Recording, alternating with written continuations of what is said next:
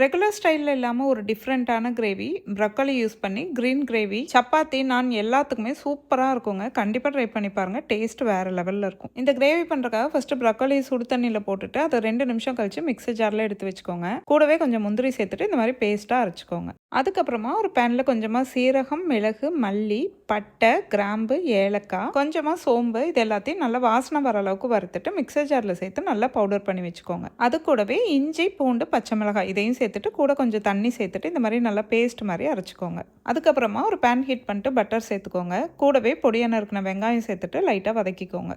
வெங்காயம் வந்து ஓரளவுக்கு இந்த மாதிரி டிரான்ஸ்பரண்ட்டாக வந்ததும் நம்ம அரைச்சோம் இல்லைங்களா அந்த மசாலா, கூடவே கொஞ்சம் மஞ்சள் தூள், உப்பு இது எல்லாத்தையும் சேர்த்துட்டு நல்லா பச்சை வாசம் போகிற அளவுக்கு இந்த மாதிரி வதக்கிக்கோங்க. அது கூடவே பொடியாக நறுக்கின தக்காளி சேர்த்துக்கலாம். இதையும் வந்து லைட்டாக வதக்கி விட்டுட்டு இந்த கிரேவிக்கு தேவையான அளவுக்கு தண்ணி சேர்த்துடலாம். இந்த மசாலா வந்து ஒரு 7 to 8 நிமிஷம் நல்லா குக் ஆகட்டும். அதுக்கப்புறமா நம்ம வந்து வெஜிடபிள்ஸ் எல்லாம் சேர்த்துக்கலாம். நான் வந்து இன்றைக்கி கேரட், பீன்ஸ், குடமிளகா, பட்டாணி இது எல்லாத்தையும் சேர்த்துக்கிறேன். சேர்த்துட்டு நல்லா மிக்ஸ் பண்ணி விட்டுருங்க.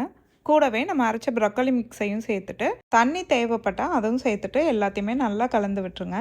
அந்த காயெல்லாம் வேகிற அளவுக்கு இது வந்து குக் ஆகணும். இப்போ காயெல்லாம் நல்லா குக் ஆயிடுச்சு. கடைசியாக தேங்காய் பால் சேர்த்துட்டு இது கூடவே நான் வேக வச்ச முட்டையும் சேர்த்துக்கிறேன்.